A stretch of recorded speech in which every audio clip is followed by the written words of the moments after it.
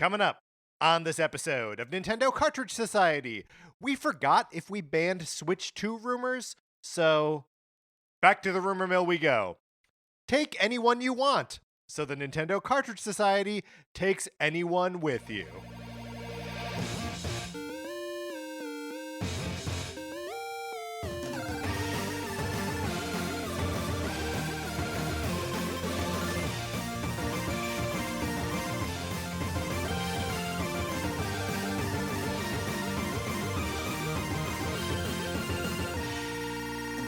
Welcome to Nintendo Cartridge Society. My name is Patrick Ellers, and I am joined, as I am always joined, by my co-host, Mark Mitchell. We've got a good show for you today. We're going to be talking about the news from the week, and then on Thursday, if you can believe it, it's already the 5th annual Cartridge Society Awards, aka the Cardies. Mark, I'm very excited for the Cardies, but in the meantime, how's it going? It's going great. Yeah, I am also very excited for the Cardies. I also can't believe that it's time for another Cardies. That we're back around the sun one more time. Mm-hmm. I had to really think for a second about what body is rotating around what.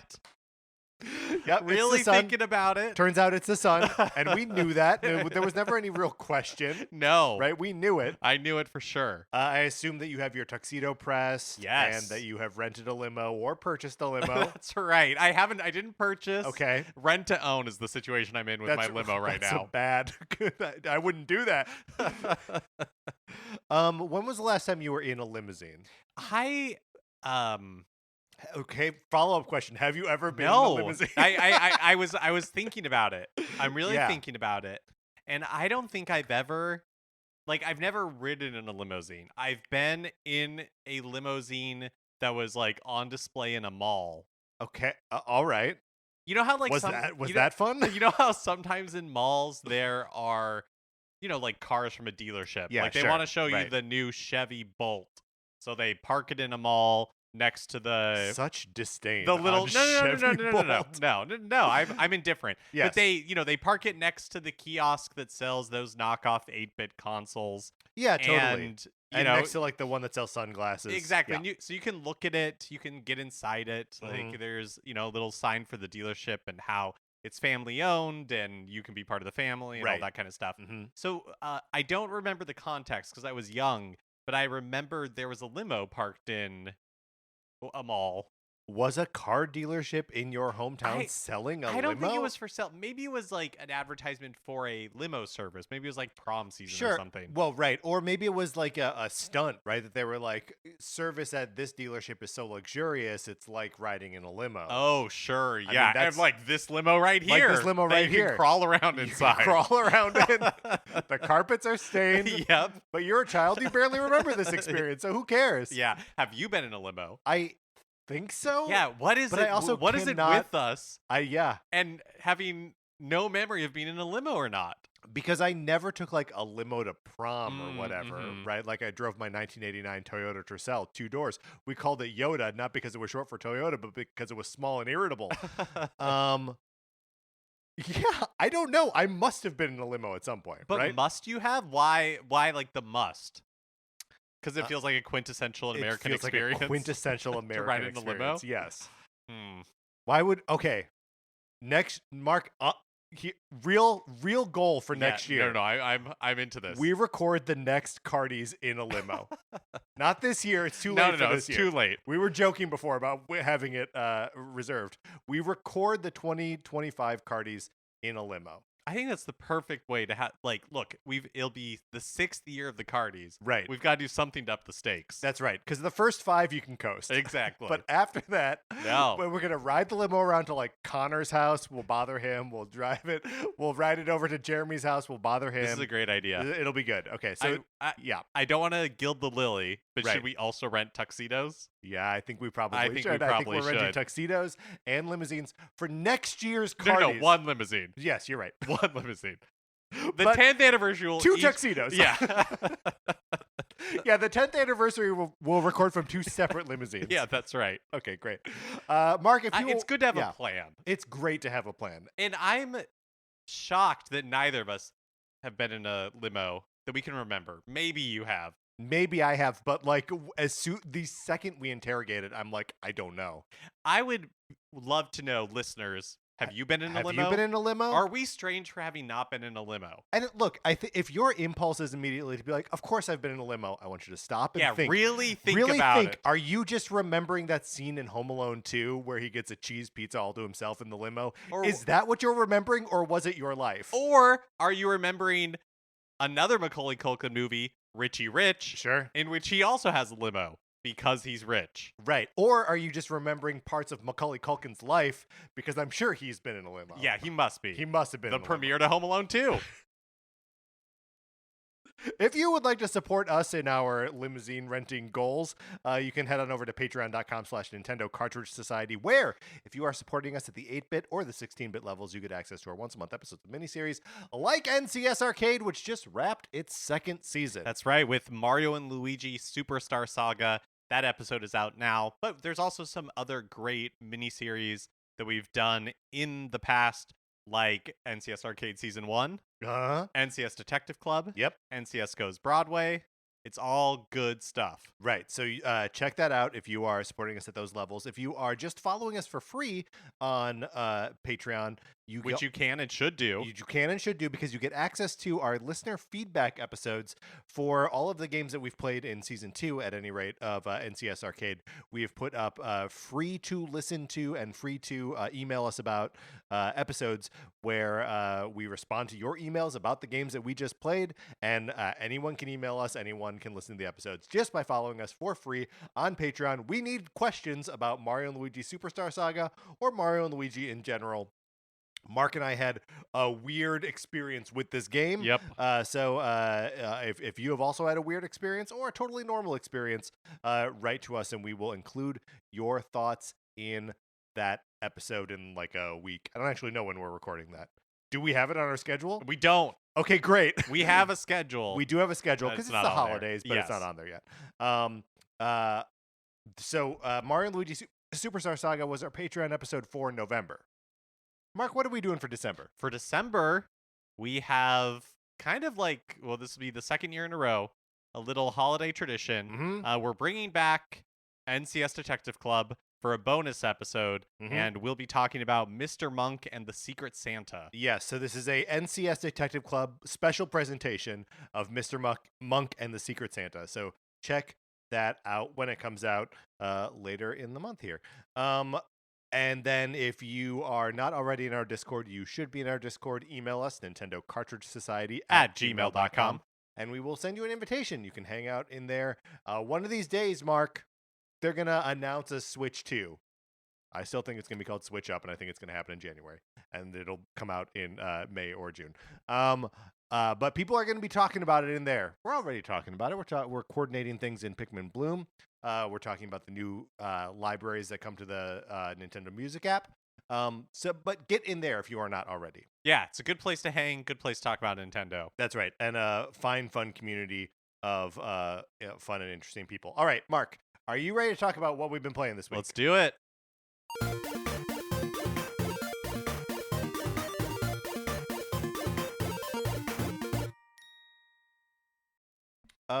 Mark, let's start with you. Sure, yeah. Mario and Luigi Superstar Saga. Yep. Of course. Finished my time with it.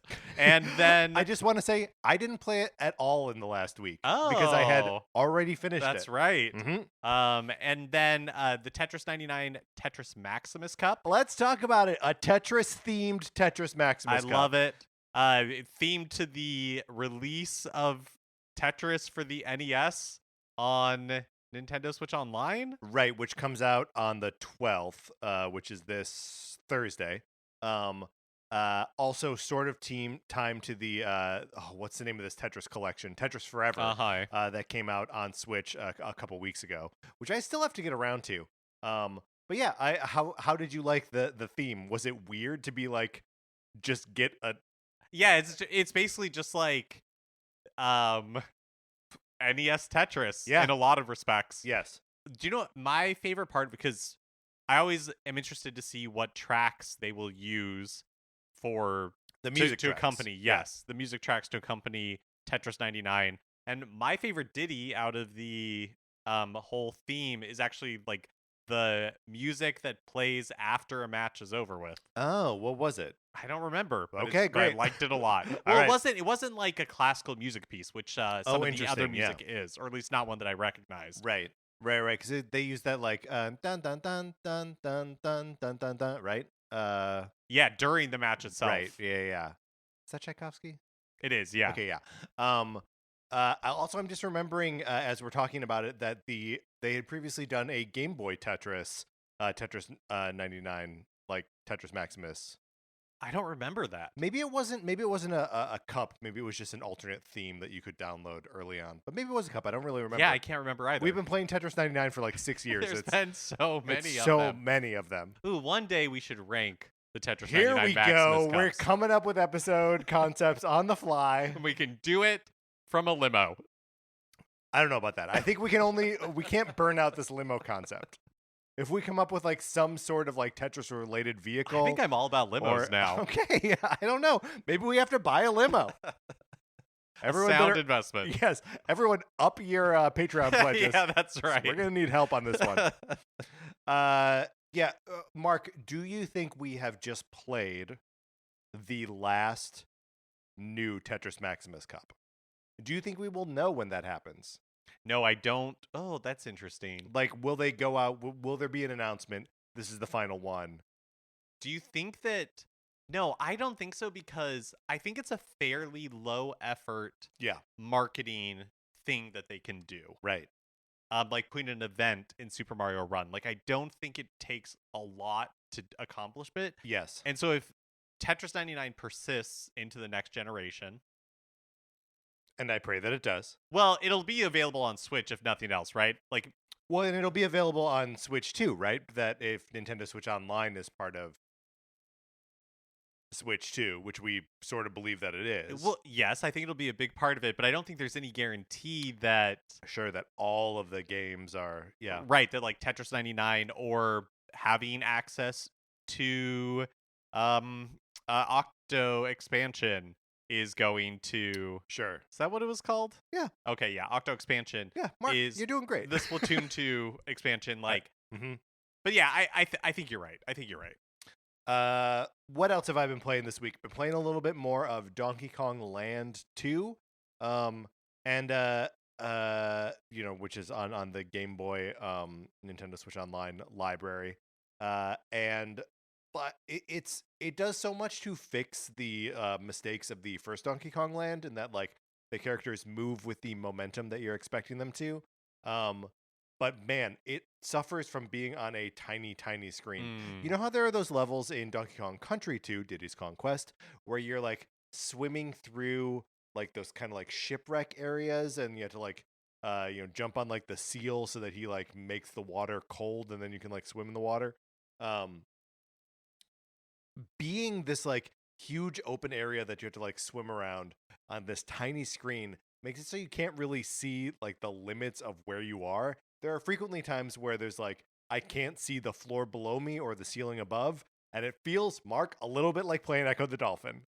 Well, that's a thing that they like. It seems tricky to do in Donkey Kong Land, in like the Donkey Kong Land setup, because they love doing that in Donkey Kong Country too.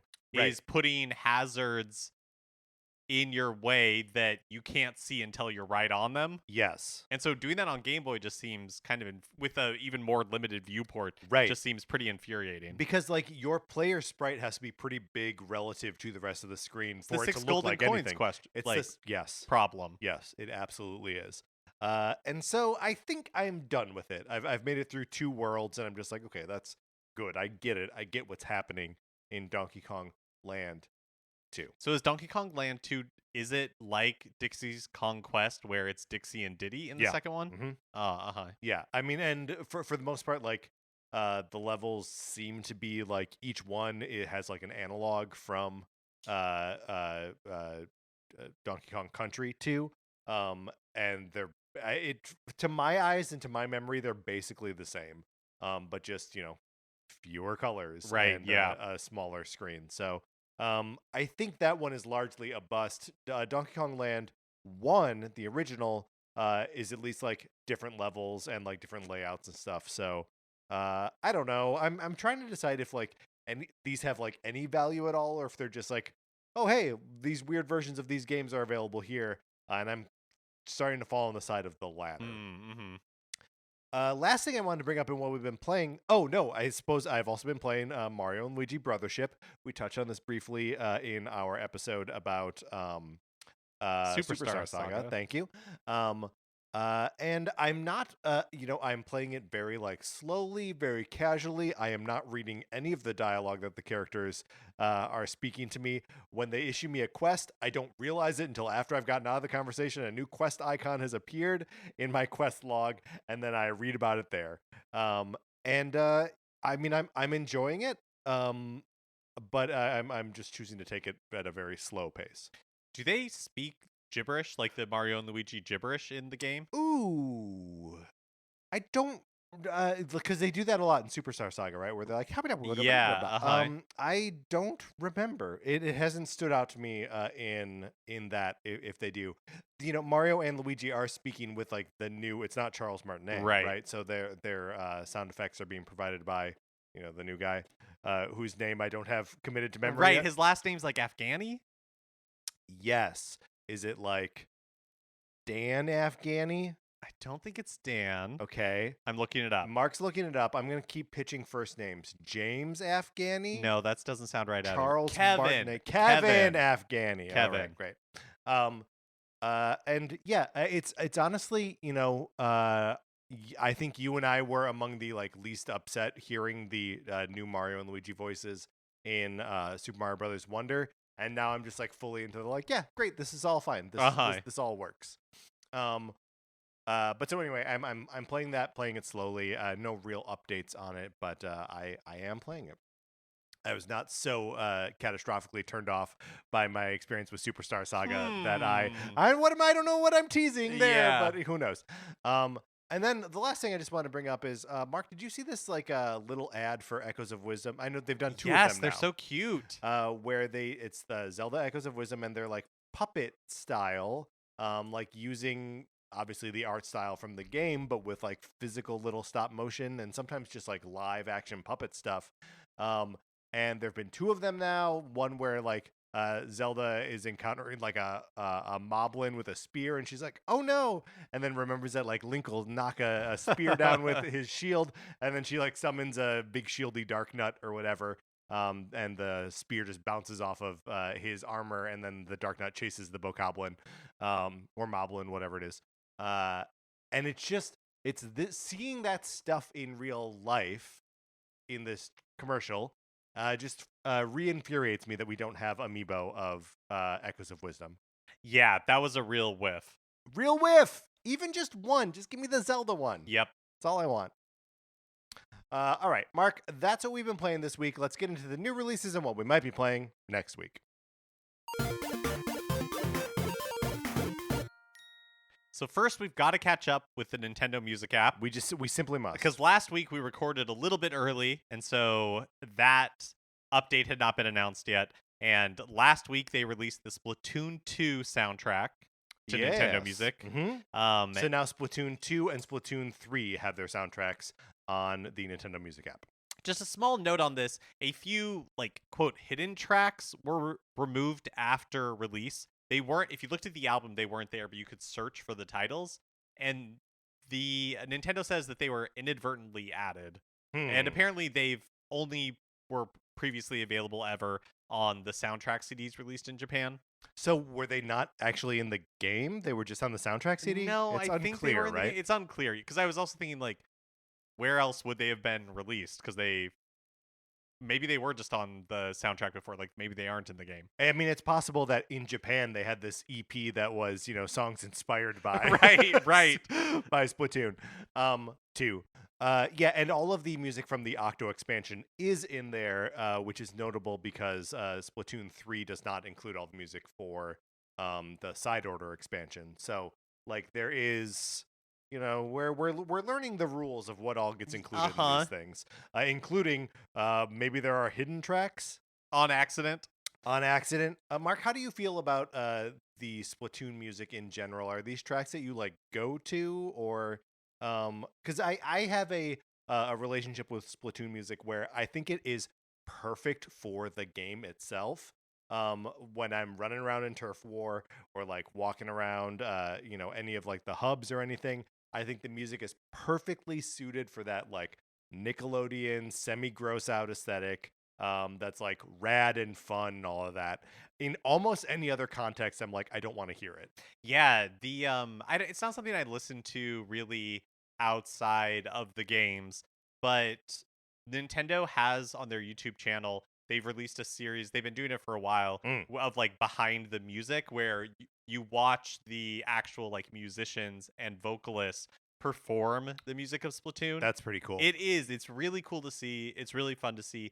And because it's behind the music, is Kurt Loder there? Or? Kurt Loder is there. Okay, great. And then the other thing that I think is really cool about it is, how they have the different in-world musicians and bands. Yes. And that's comprised of like the same musicians that, like the same. Right. Those human musicians are like playing the roles of. Yes. Of like the band musicians. Yeah. And and part of me, like as an academic exercise, one day would love to be like, yeah, I'm gonna like understand the discography of these different groups, because I think that like fiction and the way that they've built that is so cool, but it eludes me a little bit. Yeah, totally. Well, and I think they did this for. I'm looking at the app right now, for Splatoon 3, but you know how for most of these soundtracks, so they did it in Splatoon 3 as well, that like each track has a discrete album art that like kind of shows you a little like slice of the game where you would hear this music. And in Splatoon 3 they give different album art for each of the in-game bands, so like that's pretty cool. Like, there's fun. Something very fun happening there, even if it's not music that I'm going to engage with all that much. It's okay, we just wait until this last Monday when we got Wave Race 64. There we go. That's what I'm talking about. Yeah. That Nintendo 64, like smooth jazz with like a ripping guitar solo and like some cool synths. Give as much of Wave Race 64 to me as you possibly can. Yes, it's very 90s in a very pleasing way. Very 90s, yes. Which I know I was maybe just dissing in the form of Nickelodeon music for Splatoon, but I don't know. I like the Wave Race music a lot. And then also there was an update for Nintendo Switch Online that you speculated might happen, but again, we had recorded early last week. And Donkey Kong Land 3 was also released to Nintendo Switch Online. So now we have the complete Donkey Kong Land series for whatever that's worth. For whatever it is worth. And of course, I just have to point out that Donkey Kong Land 3 is stylized as Donkey Kong Land III. Roman numerals, even though Donkey Kong Land 2 is an Arabic numeral 2. No one, why? And we will never know. We'll never know. We'll truly never know. Are you gonna? I suppose I will play a little bit of Donkey Kong Land 3. I feel like you got to check it out. I feel like I have to. Yep. Will you? Probably not. Probably not. I mean, I own all of them on Nintendo 3DS. You already. It was one of my panic buys. I remember. Yes.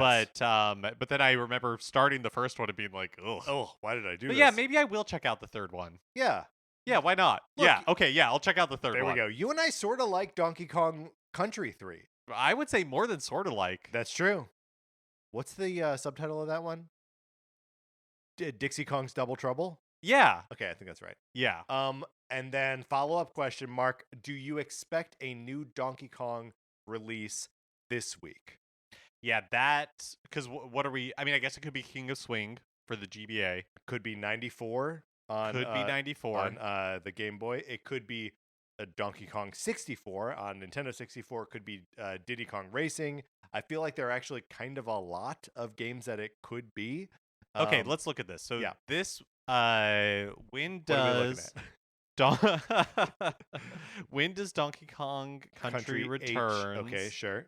HD release. So it's January like 15th, 16th, something like that. Yeah, it is releasing on the 16th. Okay, great. Okay, so we have, let's see. So the question including is this week, right? like 1, 2, 3, 4, 5, 6. 6 weeks. So could they? Well, let's say the 6th week doesn't count because that'd be Returns HD. Sure. So 5 weeks. Are there 5 Donkey Kong games that they could release? Because I assume you're saying you're wondering if they're going to release a new Donkey Kong game every week leading into the release of. So here's where I go like full Galaxy Brain. They will take off the weeks of because they've been happening on Tuesdays, right? They will take off Christmas Eve and New Year's Eve. Okay. So it's only 3 that need to come out. I think that's 94, 64, Diddy Kong Racing. I think it's totally doable. And do you think that's the order they go in? Like, do you think Diddy Kong Racing is the big get? No, I think 64 is the big get. If I were ordering them, I would do Diddy Kong Racing next, then 94, then 64. I'm kind of hoping, I don't know when maybe it happens in the future, maybe it's not part of this lead up. Yeah. But I'm hoping that the like GBA versions of Country 1, 2, and 3 get released at some point. Yeah, sure. But it would be great to get 64 and 94. Yeah. And Diddy Kong Racing. Diddy Kong Racing, fine. Diddy Kong Racing is a game that I like, but I like it almost more in the abstract. Like, revisiting it now, it's one of those where you're like, oh, this was the frame rate. This was what this looked like. Whoa, this feels like news to me. I didn't realize you felt this way. I mean, I love it. And if it comes out, I'm going to make myself play it. But because the tracks are all good, the characters are fun. It has like an overworld and like is a good game that I will go to the mat for. But I'm also going to trash it a little bit here and say that it has a horrible frame rate and is probably not a good game in 2024. It's going to look like butt. It's going to look like butt, and we just have to come to terms with that. I need a remake that's not on DS. Okay, that's Nope. We haven't even started the new releases. Yeah, great point. Okay. Today, December 10th, Mighty Morphin Power Rangers Rita's Rewind is released. Yeah, so just like a our arcade style brawler with the Mighty Morphin Power Rangers. I do like it when these arcade style brawlers have like a big budget or a high profile and can be like a little bit more involved. Games like the original like Final Fight or Double Dragon or whatever are all a little like too simply a little too quarter munchery for me to like genuinely enjoy. And I don't mean to diss Final Fight. Why am I doing that? But like the original all of your sacred cows. All my sacred cows, they're all going down. But like, the original Turtles arcade game. Right. Like the arcade version of that. Like ultimately bad, right? So I think this has the potential to be good. And then on December 13th, Anton Blast is releasing on Switch for real this time. Yes. We said last week that it was coming out last week, but it didn't because that was the PC. And I think it was like a last-minute delay for the Nintendo Switch version. We don't know a lot about this. Nope. We mentioned earlier that on Thursday the 12th, NES Tetris is coming out on Nintendo Switch Online, so that is also maybe that takes the place of whatever Donkey Kong game we thought we were going to get. Oh, good point. So, yeah, I don't know. Maybe they're just going to do 94 and 64. Maybe the Donkey Kong dream is dead. Maybe they were like, let's get the 3 land games out there 1 week apart, and we're good. Everybody take the rest of the year off. Yeah, I mean, yeah, that's probably right. I'm glad they put all those games out. Why not just put them all out at the same time? I don't know, but I actually kind of liked doing it. I did. Like, sure. One, especially when when the second one came and it was like, okay, we're going to get the third one. I think it's a little more fun than just dropping all 3 at the same time. Like, if they had dropped all 3 at the same time, would you have played all 3? No. But I have not played all 3 yet. That's because the third one isn't out yet. No, it is. Oh, it is out. That came out last week. It isn't. We got to move on. No, we're staying here. That is a great point. That like, there's I wouldn't have. The trickle is a little bit better just for that. But also, it's fun even for a flickering moment to think that you know what Nintendo's going to do. Oh, yeah. Right? That's the dream. And that's a feeling that we have been lacking all year. Except, of course, I know when the Switch Up is going to be announced. That's right. And come out. All right, Mark, those were the new releases. Let's close this segment out. Which brings us to a regular segment on our show. It is time for 433. In 1952, American composer John Cage wrote a piece called 433, wherein a performer or group of performers didn't play their instruments for 4 minutes and 33 seconds. For the purposes of this show, our instruments are talking about Nintendo. So for the duration of one performance, 433, Mark and I'll talk about something not all Nintendo related, thus fulfilling the contract of the piece. Mark, we're heading into the holidays here. We don't have very many news episodes between now and Christmas. So let's talk about Christmas sweets and create a Christmas sweets power ranking. Yeah, so first I think we need to come up with a list of sweets Yes. that we want to power rank. And I'm gonna throw it on the board with gingerbread. Sure, gingerbread, like cookie, gingerbread man. What are we thinking here? I mean, really, does this holistic? I think so because Okay. like it's all gingerbread. It's just the shape that it's pressed into. Sure, but I do think you eat with your eyes first, of course. So, but yes, I'll agree. Gingerbread holistic. This could be part of a house. Yeah. Yep. 1 year we put together a gingerbread barn. Oh, that's fun. It was too big. How big are we talking? I mean, like not insane, but just like it was big enough that you were like, this isn't a fun little project. It's like too big. What makes the difference between a gingerbread barn and a gingerbread house? The gingerbread barn comes with a little pig. That's cute. Candy cane. Candy cane, yeah. Candy cane, I feel like has to go on here. And we're talking an original like peppermint. Original peppermint, yeah. And with like the hook shape. And Yeah. like the little one, right? Yeah. That I was gonna say you would get at the dentist. That doesn't make sense, does it? Could be. Okay. What else we got? Yeah, I'm actually racking my brain. Seems like, I mean, because look, you got generic things like cookies, but Sure. maybe sugar cookies. I yeah, feel like that's sure. like like that are punched out in shapes. Right. That makes a lot of sense to me. What about and you can disqualify this if you want. What about eggnog? Oh yeah, sure. Let's throw that in there. It's sweet. It's rich. It's boozy if you're lucky. Mm-hmm. Okay. Other Christmas. Yeah, doesn't it feel like it shouldn't be this hard? It seems like there should be a bunch of them. There is a kind of cookie that my mother's best friend used to make. That's not really a cookie, but Mark, I've made them. Sarah and I have made them before.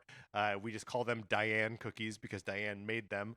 But they're like little cream de mint brownie things. Oh, like the bottom layer is sort of brownie. It's sort of like a fudgy brownie with like a layer of like cream de mint like icing and then like just a chocolate layer on top of those.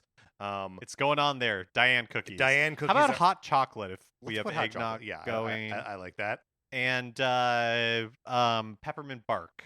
Yep, peppermint bark, another classic. What about like a am I just imposing an Easter candy onto this as like a chocolate Santa? Chocolate Santa is a thing. Oh, right? chocolate Santa is like a a thing, solid chocolate Santa. Okay. I think for time, we'll just call it there. Okay, yeah, because we only have like a minute left. Okay. I think we might have accidentally possibly done the correct order already. Maybe candy cane is too high. Candy cane's definitely too high. Because they're that shape, and as soon as you start licking one, it becomes like a sticky mess. I actually think candy cane is an actively bad candy. Yeah, I agree with that. I put it dead last. Below Chocolate Santa? Yes, definitely below Chocolate Santa. Chocolate Santa has the benefit of being chocolate. So I would say Chocolate Santa above Peppermint Bark. I actually don't really like Peppermint Bark. Okay. All right. I mean, I do like Peppermint Bark, but I like the idea that we're putting these peppermint candies at the bottom where they belong. We don't tolerate this any other time of year. If they give it to you away for free as you're leaving a restaurant or entering a restaurant or just walking, or possibly the dentist, I don't know. Then it's just not going to be good. I will say I don't really like gingerbread. Oh, I like gingerbread enough. I think I like it more than sugar cookies. Although a good sugar cookie, I'm going to say it's very good. Let's put the good sugar cookie above. Well, we'll never know for sure. We'll never know exactly how this goes, but I'm glad we got to talk about some Christmas sweets. I do just want to shout out Ryan Mogie's eggnog, a friend of the show, makes a mean eggnog that is so boozy, Mark.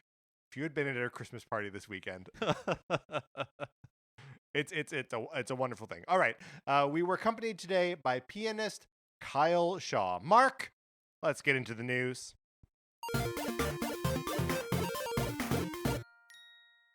Rumor time.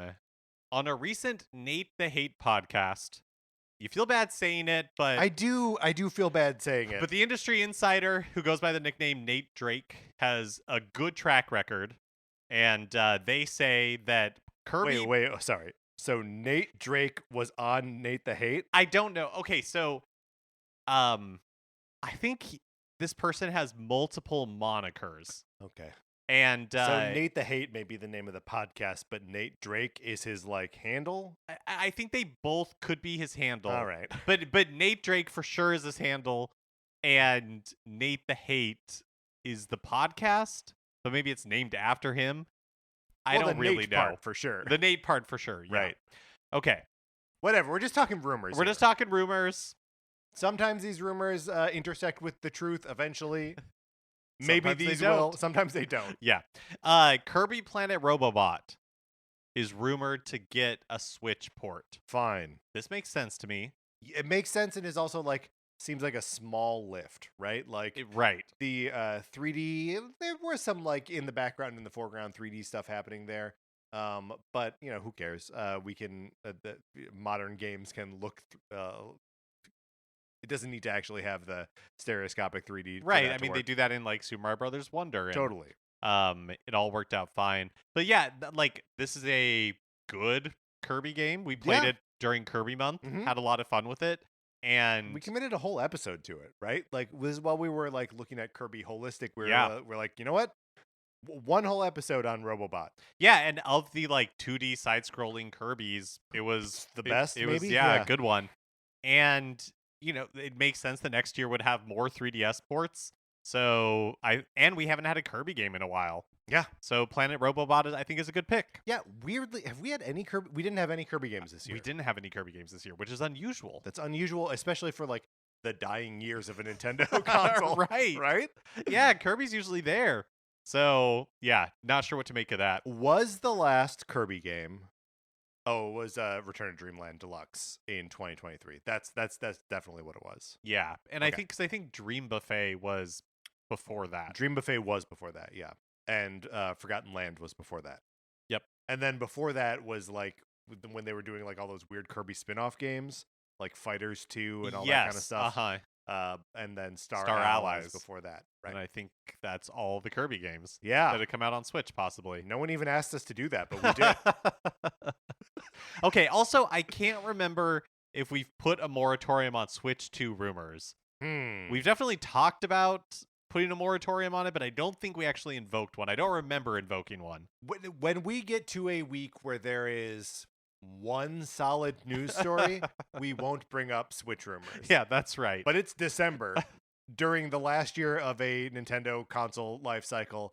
I think unless something crazy happens at Game Awards this week, I think we're maybe in just rumor land for a little while. So. I think that's right. So let's hear the rumors. All right. So this is what Nate Drake said on the Nate the Hate podcast. And this is Nate Drake from Uncharted. This is the lead character. His avatar, on message boards is an image of Nathan Drake from Uncharted. Right. Okay. A possible Nintendo Switch 2 reveal between the second half of January and early February. Okay. Now, this is not that surprising if it turns out to be true, because Nintendo has said that by the end of March next year, they'll talk about the Switch 2. What an incredible way to express that. Between the second half of January and early February. Right. Okay. Between them. And then he's also heard about it. Is that the 27th? When is that? And then another Switch 2 event in May with a console release in May or June. Maybe. Okay. So is what we're sort of imagining there that the reveal between the second half of January and early February. Yeah, a tease, I think. It's a tease. Is not like the full blowout. It's like the October. In my mind, I'm thinking Right. this is not. He didn't say this, but in my mind, I'm thinking it's like, oh, that October Switch reveal trailer that showed off like the capabilities of the Switch, but we didn't really get details until later. Right. We didn't get someone dressed up as a Splatoon scientist, making the number 2 with his body. Exactly. That would have to wait until January, and maybe that's what these two things are.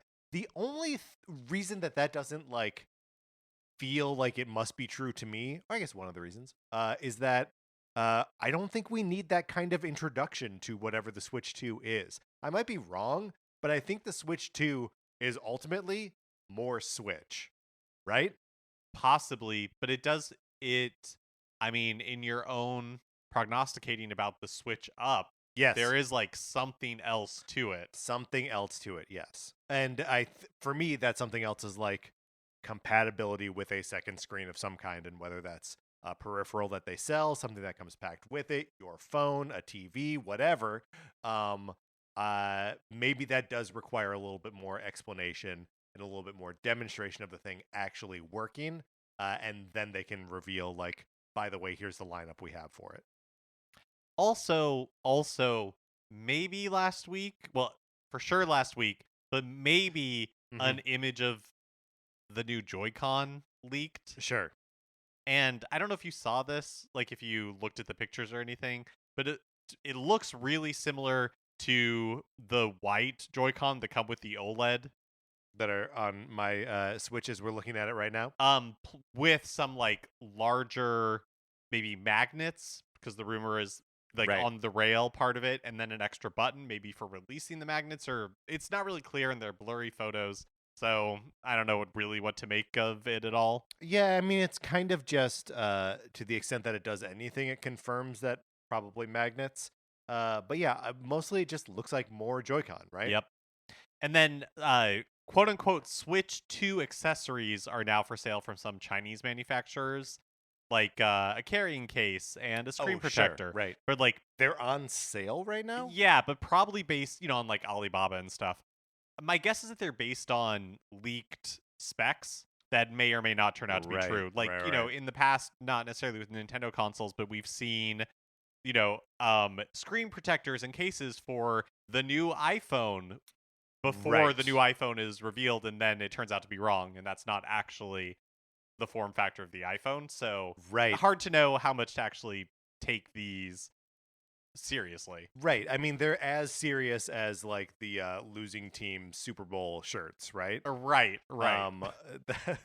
Like, maybe it would be fun to own one of these useless screen protectors. Exactly, and maybe like it'll be a Switch 2 holder. May not be like a case for it. May not be the exact dimensions of a Switch 2, but you could probably fit one in there. Yeah, I mean, or something. You could fit something in there. You could put something in there. You could use it as a tackle box. Exactly. Or like a makeup kit. So it wouldn't necessarily be money wasted. Right. But it would be money wasted. Yeah. Okay, that's the Switch 2 rumors. Okay. Plus Planet Robobot. So now we must let's broach the subject. Are we done with those now? I think you're right. One more week. I think you're right that we're not quite ready. Yeah. Okay. Some tidbits from the development of Mario Luigi Brothership. The developer Acquire, a designer for them, Hitomi Furada, mentioned in an Ask the Developer interview published by Nintendo that they had originally designed a more edgy-looking Mario for the game, but Nintendo eventually vetoed it. Which, the design of just Mario and Luigi Brothership is cute. Is like it's an offshoot of the original like Mario and Luigi design, but there's something like a little bit more appealing about it. But they showed off some sketches of Mario in this new edgier design, and like one of them's got like a little bit of like a Lothario thing going on. Like Mario's got like some like swagger and attitude, and then there's also a version of him wearing a cape and what appear to be like red rain boots. And this makes Mario look like he is a mysterious stranger who is, I don't know, I'm into this version of Mario. Yeah, I like both of them, honestly. Yeah. He just in the eyes, he has a lot more kind of like come hither energy. I don't know how to describe it. You're referring to the Lothario drawing here, yes. But the Lothario one is like dirty. He does appear to be dirty. Or like You're not wrong. Like scraped up a little bit. Yeah, I mean, and it could just be that there's a little bit more like texture to the curves of his arm and elbow and stuff. But yeah, I suppose. And actually, the other one does too. I think that may just be like the style of the artist that. Oh, to me, it looks a little like Pigpenny. Sure, right. Either way, I like it. I like it too. Too bad we don't get edgy, dirty Mario in Mario and Luigi Brothership. We also learned that Nintendo at one point considered giving up on the Mario and Luigi series entirely. Like Mark. Before they, that's right, before they eventually approached Acquire to develop a new one. Mm-hmm. And we also learned that they brainstormed over 100 names for the game before settling on Brothership. And it's also the first time the series has had the same name in the English and Japanese versions. Which is fascinating. We did not look up what the literal translation of the Japanese titles are, but having just played Superstar Saga, Mark, do you think that title makes sense for that game? I mean, I guess kind of because a star does feature in it. Yeah, but the star has a name. Yeah, and it's not Superstar. But if they called it Mario and Luigi Beanstar Saga, no one would have been interested. Yeah, that's true. Mario and Luigi knock knock joke star. This is the wacky one. Alarmo got its first software update over the weekend. You will need to connect the Nintendo Sound Clock to the internet, but then you'll be able to download version 2.0.0. Unfortunately, it came with no new themes or alarms. I saw this pop in our Discord. Thank you, Paul, for drawing my attention to it. The clock saying like, I have an update. You're like, yes, finally, we're here. You've been out for a month. I have no concept of time anymore. Let me get some of these new themes. We were promised new themes at some point. It's been 2 months because has it really? Yeah, because it was October that the Alarmo was revealed. There we go. But yeah, it's just like features that it was strange to first of all connect my Alarmo to the internet. I had not done it before. Yes, you have to input your Wi-Fi password using the dial and button. I was hoping it would maybe do it through the Nintendo Switch Online app or something. See, you then have to link the Alarmo with your Nintendo Switch account, and you are able to do that by scanning a QR code on your phone. So they know to not make you enter a bunch of different passwords, but I did have to put in my Wi-Fi password. Well, the new features that you talk about are a moderate mode and a movement record, which shows a record of how much you move around between bedtime and wake up. Yeah, so all of these things, I just sort of it shows you all of the new features, and they're it's all just various records and displays of stuff. And I have stopped using even the alarm feature on the Alarmo because I don't need an alarm. I don't wake up to one. And so it's just kind of become a clock that is dark when I'm not moving around, which is nice. But yeah, the other new feature is that the distance from bed has increased. So it can now read fully if you're in a queen or king size bed, which it was, I guess, not able to do before. Speaking of Alarmo, in Japan, Nintendo has announced that the Alarmo will be back on sale for Nintendo Switch Online subscribers sometime in mid-December. So they'll start taking pre-orders in mid-December with a delivery date next February. And Nintendo had originally planned to open online sales to non-Nintendo Switch Online subscribers in Japan in February. Plus, sales in game stores were also planned for next February. This is all just in Japan, but those 2 dates have been postponed indefinitely while they work through supply problems for Nintendo Switch Online subscribers.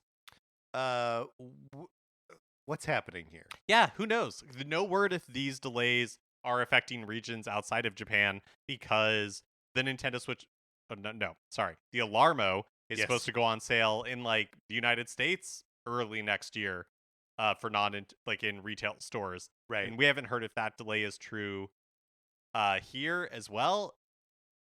Who knows? The whole Alarmo thing seems, now that there's more space between the release and when the retail rollout is supposed to happen, it's like, I guess maybe they'll just start up the whole marketing thing again. Yeah, when it's ready to roll out to everybody.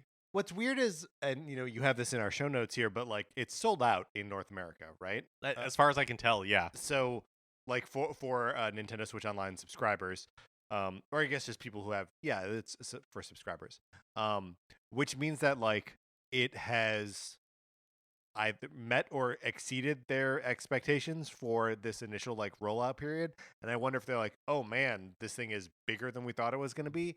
And doesn't that seem like when they launch it wide, that they're going to discover everyone who wanted one already had a Nintendo Switch Online subscription and bought it? It certainly seems possible, but it also makes you wonder how large was the initial run, because maybe it just was not very large at all. Yeah. I mean, we both got ours. You're still in its box? Yeah, I have never opened it. Great. And you never will? I mean, forever's a long time. Sure, right. So who knows? Finally, this year's Game Awards ceremony will be live streaming this Thursday, with the pre-show starting to stream at 4:30 p.m. Pacific time. Of course, this is the same day as the cartridge awards are released. Right, so we're already excited for that. It's a big day for gaming. All of my excitement on the cartridge awards. Nintendo, of course, doesn't have a game nominated for Game of the Year, but it does have some Family Game of the Year nominations, including The Legend of Zelda: Echoes of Wisdom, Mario Party Jamboree, Super Mario Party Jamboree, and that's one game, not two games, and Princess Peach Showtime. Also, there's been some like rumors, I guess. Andy Robinson from VGC is claiming that there are going to be some big announcements, capital B, capital A, at this year's show. Yes. So, get the hype train going, I guess. That's I guess where we are right now. And it does, like, as far as game announcements in the last, I don't know, 5 months, I feel like it's been just quiet, right? Like, we haven't heard too much about really anything. Well, there's a report from Jason Schreier at Bloomberg, I think just today, that companies are hesitant to put any dates down until they know more about when GTA 6 is going to be released. That's funny. Yeah. But I just feel like you could move your date. Yeah, I mean, yes, of course you could, but like there are costs associated with that, right? Sure. Like changing marketing, launching, aiming at different dates, and also like knowing what to tell. But how is that different from like giving no dates whatsoever? Right. And also like GTA 6 is gonna be huge no matter when it launches, right? Either you get your game out before it, or you come out in the world after GTA 6, right? Yeah, but I guess nobody wants to be the one to release that immediately. Week. Yeah, I guess I can see that. Yeah. Or like the week before. The Horizon Zero Dawn developers are like, when do we put out our new game? Exactly. It cannot be the week before. Because they don't want to be Elden Ringed or Breath of the Wild again. Mark, I ask you this every year, and every year it's basically the same answer. Do you plan on watching the Game Awards? I don't plan on watching the Game Awards. That is the same answer as every time I ask it, but I have to ask. Yep. Do you remember that Star Wars game, Star Wars Eclipse, that was announced like 3 years ago? Right, the High Republic one? Yeah, from Quantic Dream. Is that ever happening, do we think? I don't think so. We will never hear anything But Quantic about Dream it must be working on something, Sure. so maybe it will happen. I mean, they may be working on like legal stuff, right? No, I think all of that. They got out of that? I think so. That's been settled. I think so. Mark, do you think there's any chance that any Nintendo anything appears at this thing? I don't think that there's. I'd be really surprised if there's any Nintendo first party stuff. Maybe there's a game that's announced that like kind of like the ukulele announcement teases being on Nintendo hardware that hasn't been announced yet. I think it's possible that a lot of games that we see for this tease being on the next Nintendo thing. I think that's possible. Yeah. But yeah, I think you're right. No first party stuff. Nintendo doesn't really like announce games at this thing. They've done like DLC and like Smash characters and stuff like that. But like, well, and I feel like once Reggie left, they just don't have, because Sure. it seemed like Reggie and Keeley had like a relationship, a friendly relationship.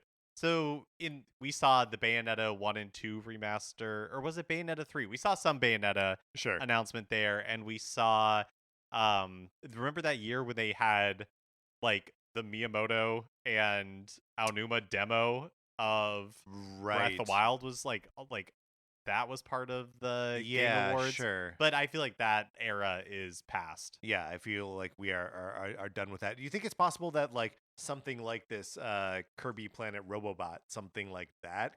But like, why even bother like using the marketing beat of the Game Awards for that? It's gonna get drowned out by like a big thing. Right? I think so too, especially because the Game Awards, I don't know, the audience just feels different than I mean, maybe Metroid Prime 4 Beyond like gets like a trailer or something.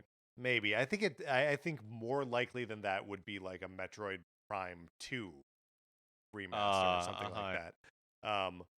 Just because like Prime 4 feels like too big time, that like Nintendo will save that for when they need their own beat. And I think Nintendo right now is just being quiet. Yep. Yeah, I think the safest bet is nothing at all. Yep. Safest bet is nothing at all. All right, Mark, let's get out of the news. That is going to do it for this episode of Nintendo Cartridge Society. Mark, the next time I see you and the next time we see the audience, it's going to be the Cardies. Oof. I'm so excited. If you are not already in our Discord, you should email us and we will send you an invitation, Nintendo Cartridge Society at gmail.com. Anthony DeLuca made our logo. Our theme music is provided by 8-Bit Betty. You can get more of his music by going to 8bitbetty.com or by listening right now. For my co-host, Mark Mitchell, this is Patrick Eller saying thank you for listening.